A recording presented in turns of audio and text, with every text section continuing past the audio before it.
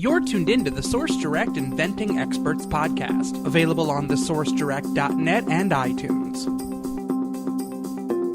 Hello, everybody. Welcome to the Source Direct Inventing Expert podcast. My name is Nathan, and I'm your host for the show. Welcome to episode number 28. We have made it to now 28 episodes of the Source Direct Inventing Experts podcast. And if you haven't noticed, our reach has grown a ton. That's right. We're on now 17, or actually we're at 18 different podcast platforms now. So you can literally hear us wherever you go. Anywhere where you can find a podcast, you can find That's ours. Right. We're still number one for inventing on iTunes, and it's thanks to listeners like you for making that possible. So thanks for listening to our show. Plus, you can see us on YouTube now. You can. All of our shows are on We're YouTube on TV. Now. So we're smiling. Hi, there we are. Hi. Yeah. Because if you can't get enough. I wanted people to be able to put a face to the voice. Uh-huh. So they don't think I'm actually a woman, because they think my voice, is high, of course.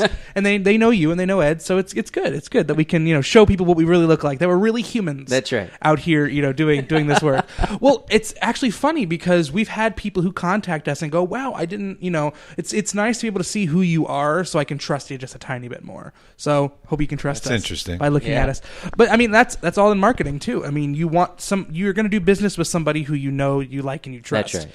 And this is just our way, because we work with inventors all over the United States and all over the world. So we like to, have that personal touch so they know who we are. So that's why we do these podcasts, and we, really go out there and talk directly to the inventors. And people love following them. Like we had one inventor who we're actually working with right now who had his entire family listen to the show. Oh, that's right. Yeah, that was a good one. And which is great, because we just want that next level of customer service, and just so you guys know who we are. And we'll continue to give you industry secrets as we do every single show. And we actually we were having a meeting not that long ago, going, wow, we actually tell a lot of the ins and outs of inventing through these podcasts. And you told somebody, one of our new employees here, that half of your training when you started here came from these podcasts. So turning out to be a treasure trove of information. Absolutely. Which is good, because we want to educate the inventors. Mm-hmm. And today's episode was actually something we've been requested for quite a bit, which is funding. That's everybody's favorite topic, is money. I will tell you, in as much sales training as I've gone through, and I know you guys as well, anytime you start talking about money, sometimes people get a bit weird about it. Obviously. That's right. There's no romance without finance. Thank you for that, Jerry. That was good. That was a good one. That's nice. Can I use that? Yeah, sure. Yes, we'll put that in all of our packets from now on. But I mean, honestly, once you start bringing up money, sometimes it gets a little bit weird, which we understand. People are investing their money into a product, and we're here to help them do that. Now, what I wanted to talk about today is, we've spoken about our different funding options in the past, but I wanted us today to get a bit more in depth about why and what it is. Obviously, we don't give out numbers on the air, and we don't even give out numbers on our website, because everybody is different. Yeah. Not one project is going to cost the exact same as the project before it. Very, very rare will that ever happen, if ever at all. Yeah. So we have packages that we set up, per the inventor. But now I want to get into depth of how we come up with those things, and how we offer different types of pricing and different types of packages and promotions for these people. So obviously, let's start with how funding can begin for an invention. There's a few different ways of doing that. Yeah. I know one that some inventors use, and I'll hit this one first because this is pretty important, is crowdfunding. Yeah. We've had people who have used Kickstarter, Yeah. GoFundMe, Indiegogo, a lot of these different crowdfunding platforms to fund their inventions. So what are the pros and cons of using those? But you need money to do the crowdfunding. Absolutely. You have to raise money. You have to create a video, a good video, not a homemade video. Yeah. So you need some money to do that, first of all. That's a good way to get started, but that's not always one of the best ways to get started. Mm-hmm. Go to friends, go to family, go to relatives. Look at your 401k. Look at any savings you might have. You have an old boat in the backyard you're not using anymore. A motorcycle, a second car. Yeah. Anything you can liquidate to turn into cash. Sure. Those are usually the easiest ways to go. Now, if you get turned down by your family and you've got nothing to sell, then, of course, you've got to look at some other avenues. Yeah. I'll give you one right now. One of our inventors, he recently came aboard, and part of how he pays for, we put him on an extended pay-as-you-go, but part of how he pays for it, he drives Uber. And that's how he has a full-time job, but he also drives Uber, on the weekends, and he he gets the money together. Another to help pay good for one, it. yes. Yeah. You know, I think and that's great. You know, it's over time. And I Yeah. think that's a common misconception that some people have is, well, I need to have $50,000 right now, immediately. Obviously, you should prepare to have money ready to go, but you don't have to have that much to start off. No. No, the And pay-as-you-go people, is an don't understand ideal that. scenario for somebody Yeah. that's working on a cash flow budget. Sure. No I mean, question about it. Because they don't have to, blow it all off, No. Yeah, they don't have to just hit it right off the bat. They can spend a little bit of time preparing Yeah. for it, which is fine. And I think that's a good alternative for some people who can't, afford to do it right up, right up front. Plus, each step of the invention process takes anywhere from 30, 60, 90 days. Mm-hmm. So you can pay as you go through that time and just get each step done. Sure. Another avenue that another one of our inventors did, it was very, very clever. He actually figured out a way. He went online and he got 6 credit cards. Oh, yeah. And they each had like a $2,000 limit. And that got him started.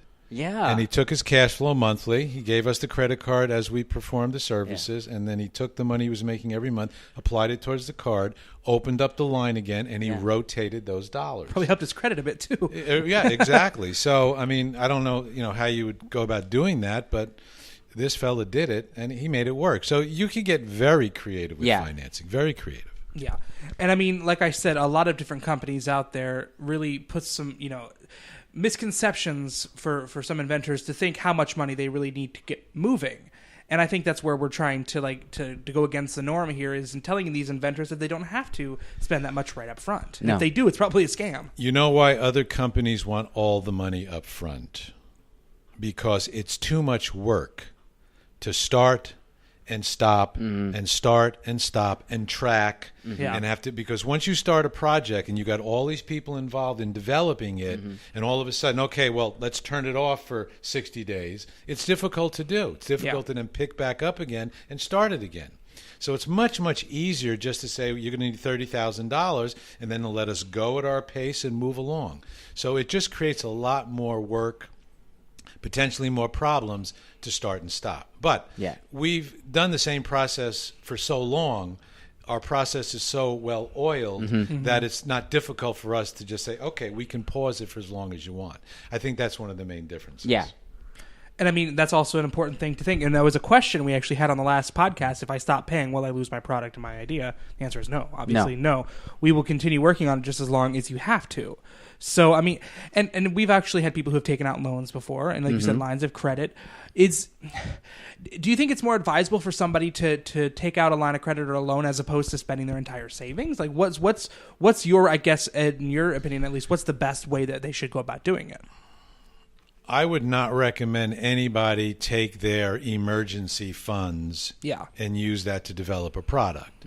Rule of thumb is you should have 6 months worth of liquid assets in your bank account or invested somewhere where you can get to the money very quickly in the event you lose your job or something happens. Cash is king then. Right, you need money. So I would not take your emergency fund, but if you've got a stock account, if you've got some Roth IRA accounts, if you've got some money stashed away, that's the kind of money you use. And again, this comes back to, do you have the commitment? Yeah. You must spend money to make money. Yeah. So if you have the commitment, spend the money. If you don't, you'll never know whether this product would ever make you any money. So you have to be able to say, I want to do this, and I'm going to spend some money to do it. Once you get past that, you can find the money. Yeah. You can find it. I mean, it's like you said, it's truly planning, and it's knowing ahead of time, what you have available before you even try to get into business. I know there's some people who don't have really, any assets at all whatsoever to go for, and maybe now's not the best time. But there are different ways, like we said, there is the pay-as-you-go program. You can do different things at your own pace, but don't get into it if you really can't handle it financially. Another great way, and I used this way back when, you form a company. You have your idea, you have your product. You're going to need to spend $2,000 or $3,000 in getting either a prototype or a good drawing, a full dimensional drawing, something that you could show somebody. Here's what my product does. Then you come to us and we give you the framework or the template for a business plan.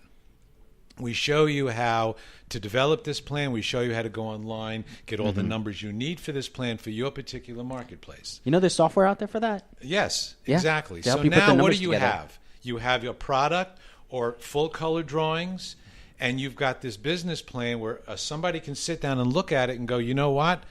This is a great plan. Yeah. And you want to sell parts of your company to raise the money. So you form a company. You own 100% of it. You then decide, I'm going to sell 10% of my company, and I'm going to sell 10% for $50,000. So you can get 5 people to buy 10 grand each and get one person for 10. You can divide it up. Raise the money that way. Don't be afraid to give away part of the equity to get started. Later on, you can buy these people out, or they may want to invest money later on, especially if these people have something to add to the organization. They could be an accountant, they could be a business person, they could be a marketing person. So not only are you getting money, but you could potentially be getting some help. Oh, yeah. So that is a very inexpensive way to get going. Yeah. And the business plan that he's referring to that we offer, is the actual business plan used by one of our inventors to raise money. Yes, and he did raise money. Yeah, and I mean, I think that's incredibly important, and that the normal person can actually do that. You don't have to be a big CEO of a business to actually do something like this. You can be a normal everyday inventor. No, we can give you the template. We can show you how to do it. We can show you how to divide your company up, all of these things. So I firmly believe if you really want to get your product on the market, you can find the money. Absolutely. But you have to look for it. Sure. Yeah. Now, some of the, obviously we don't offer any sort of guarantees for products to sell. How long should people be, I guess, hard to really ask this question. How long should they be waiting for a return? I mean, some people obviously will do well. Some products may not.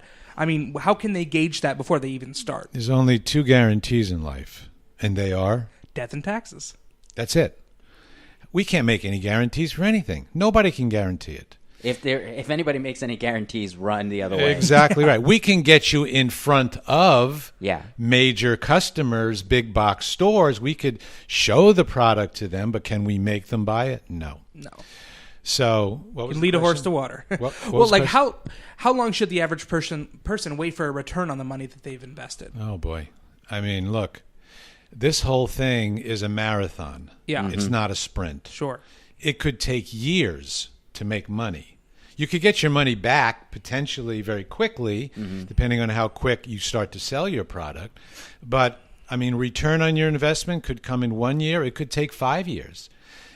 Making a product, launching a product, marketing a product, and selling enough of it to actually turn a profit could take years to do. It's as simple as that. It could take a year. We don't know. It really depends on a lot of different factors. It Yeah. depends on the product itself. It depends on the market and the demand. Look at for it this way. It's like putting money into the stock market. Yeah. If you buy a stock today and it's a good quality stock, chances are you're not going to see a significant return in the next couple of years. Yeah. You need to hold it for a long time. You'll probably be negative in a couple of months. I bought Walt Disney stock 20 years ago. Yeah. I bought it at $11, $12 a share 25 years ago. You still have it? I still have it. Nice. And the first 10 to 12 years, it didn't make a big move. It went from 11 to 23 to 24. Now it's $100 and something 30 years later. That's what it takes. It takes time. Yeah. And I think, honestly, some inventors don't necessarily have that mindset right off the bat where it's the conception has been it's a get-rich-quick scheme in some Right. places. Like, you create this product and, oh, my God, it's going to sell 1 million units. It may not. And, Right. and honestly, I mean, you should prepare yourself, obviously, for all the different scenarios, and don't get discouraged by it because That's not right. every product, as we've told in many podcasts before, you don't have to sell in a giant big box store for it to be a No. successful product. I had a customer years ago when we first started. Where am I going to get the money for this? Yeah.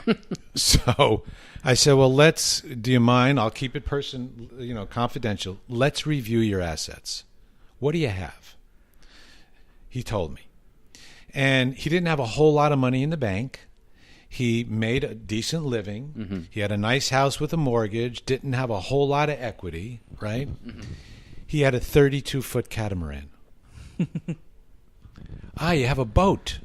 What is the boat worth? He goes, well, geez, it's used, but I could probably get $25,000 for it. Well, there you go. There's your money. Sell my boat? Yeah, sell your boat. What do you want more, the boat or the opportunity to potentially create a product that ultimately may make you rich? What do you want more? He goes, I never thought of it that way. Yeah. They may not know that it's right under their nose. Yeah. Right, exactly right. You know, you live your life, and your boat is a big part of your life, and you use your boat all the time. You take the family out on it. Well, guess what? It's time to make some decisions. What do you want to do with your life? You want to go out every Sunday on your boat, or do you want to potentially make a lot of money? Yeah. Guess what he did? I'm sure. He went. Did he actually sell it? He sold the boat. Yeah. There you go. Hey, Robert Kiyosaki calls boats and things like that doodads. So he'd definitely be up for selling your doodad just for an opportunity investment to make a lot of money. Sure. Sometimes you have to do things that are a bit different, or you may have to give some things up, make some sacrifices. How In about a the long run, second it'll be mortgage better. on your house? You got equity in your house? Take out a second mortgage. A lot of people don't want to do that. I don't need another mortgage payment. Hey, if it's, $400 a month, can you afford that? Probably. Cut back on Starbucks, cut back on something. Do what people do when they're in debt.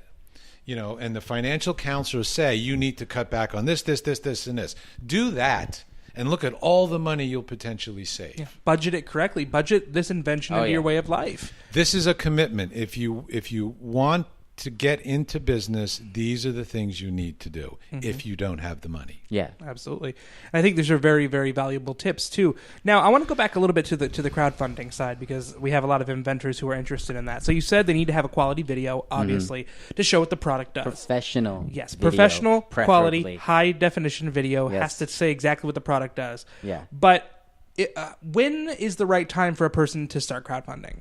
What do they need to have before they even do? They have A video, lot of that's social media Yeah. ramping up to the release of the video. great. Yes. Now, when it comes to that, I mean, obviously, I know you can't really do a crowdfunding video without a product. Obviously, they need to get a prototype first. Yes. Yeah. A professional quality, Yes. Functional prototype. pretty much Listen, store-ready prototype. Crowdfunding is going to cost an inventor in the neighborhood of $3,000 to $7,000 Yeah, if they want to do it right. if you want to do Right. it right. So if you have zero money, but you've got $7,000 right now to spend, that would be a way to get going. Get you close. But again, it could bomb. You want to try to raise $50,000 for this product. Well, guess what? If you don't raise that $50,000, you get nothing. Right. Mm-hmm. So Kickstarter. that's We've seen some people try before when they Yeah. didn't have a good video. We saw one that rose like $50. Like, that's all they really were able to do, because they didn't do a good video. They didn't have a high quality prototype. They didn't have copywriting on the actual Kickstarter campaign to make it look desirable. For somebody to want to invest $50, $60 to it, you need a lot of people to get behind you, and you need to appeal to a lot of different people for a crowdfunding campaign to work. yeah. And that's what we've seen. And you also need to know, what is the thing going to cost me? Yeah. How much is going to be to make, so I know what to sell it for. So now you got sourcing in there. So you're probably going to be, $7,000 to even $10,000. Sure. For crowdfunding. And I mean, a lot of the time too, when you're crowdfunding, you have to incentivize it. So if you say, okay, if you give $100 to this crowdfunding Right. campaign, you're going to get one of the first runs Right. of the product. You need to know how much Or the some product's gonna be. accessory Yeah. that goes along with it you have to buy. Or So Right. that's so you're why going to need to know how much to price it. that's why people shouldn't go into a crowdfunding campaign for a product unless they have the support of a company who's doing it with them. Yeah. Because, we're the kind of company that can handle, running your entire crowdfunding campaign, as well as taking care of the fulfillment later on down the road. So say, for instance, you promote your product and you have a goal of $50,000. And then for some strange reason and some grace of God, your product gets $1 million worth of funding, which we've seen before. Yeah. On not necessarily recently, but I've seen them happen before, where a crowdfunding campaign will it goes viral. it goes goes viral and explodes. How will you be able to handle that if you're not working directly with Yeah. somebody who can handle that sort of volume? So be very, very conscious when it comes to crowdfunding campaigns that you're doing it correctly, or you could be shooting yourself in the foot. So absolutely. All right. Well, any last words when it comes to funding before we end this episode today? Have the commitment. Yeah. Commitment is everything. If you have the commitment, you can raise the money. Yeah. Look at our funding program. Call us, talk to us. Again, we can give you a number of different streets to go down. The question is, are you going to spend the time and the energy and make the effort to do it? I agree. That's good. Sounds Simple good to me. as that. Now, if anybody has any questions and they're interested in finding out more about how we can help when it comes to funding, you can call us anytime at 888-373-3876, and we'd be happy to chat with you. You can listen to all the rest of our podcasts. If you go to thesourcedirect.net, and at the very top of our website, you'll see a podcast button. You can hear all the other episodes that we've done. This was episode 28. We've been going now over a year on this podcast, which is great. You can literally listen to us anywhere where you can find a podcast. We are there, I guarantee it. You can find us on YouTube as well. So we're looking at the cameras. Hi, everybody. You can see us on the podcast now. And if you have any questions, we do Q&A podcasts every 3 or 4 shows. We do a full Q&A show. If you have any questions, you can feel free to email me anytime, marketing@thesourcedirect.net, and I'd be happy to get in touch with you. Absolutely. Feel free to get in touch with us. Yeah. Now is the season to do this. That's right. Now is the season to get moving, so your product can be hopefully ready, for certain rushes and throughout the year. That's right. And one last thing, the template for the business plan. If you want to get a copy of that, just email Nathan at marketing@sourcedirect.net, and we'll get that to you. Absolutely. All right, guys. Well, thank you so much for being here on the show. We'll see you next time. Thank you. Bye-bye.